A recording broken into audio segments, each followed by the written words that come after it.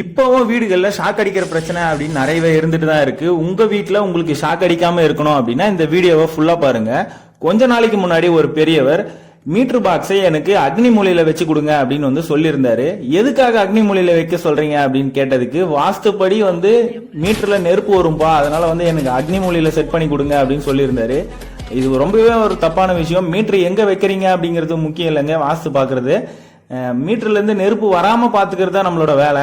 குறிப்பா இன்னமும் வீடுகள்ல அயன் பாக்ஸ் ஹீட்டர்ல ஷாக் அடிச்சு இறந்துட்டு தான் இருக்காங்க. ஆனா நம்ம வந்து பெருசா எதுவும் நியூஸ்ல பாத்துருக்க மாட்டோம். ஏன்னா அவங்க மேலதான் தப்பு அப்படிங்கறதுனால அதை அப்படியே முடிச்சிருவாங்க.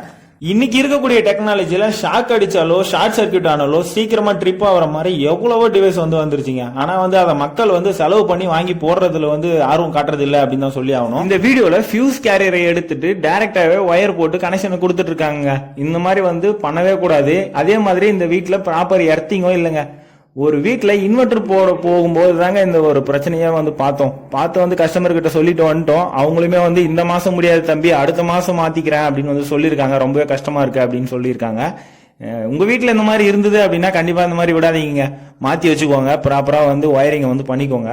அதனால பார்த்து சேஃபா இருங்க. யூடியூப்ல பாக்குறீங்கன்னா சப்ஸ்கிரைப் பண்ணிக்கோங்க. இன்ஸ்டாகிராம்ல பாக்குறீங்க அப்படின்னா ஃபாலோ பண்ணி வச்சுக்கோங்க. தேங்க்யூ.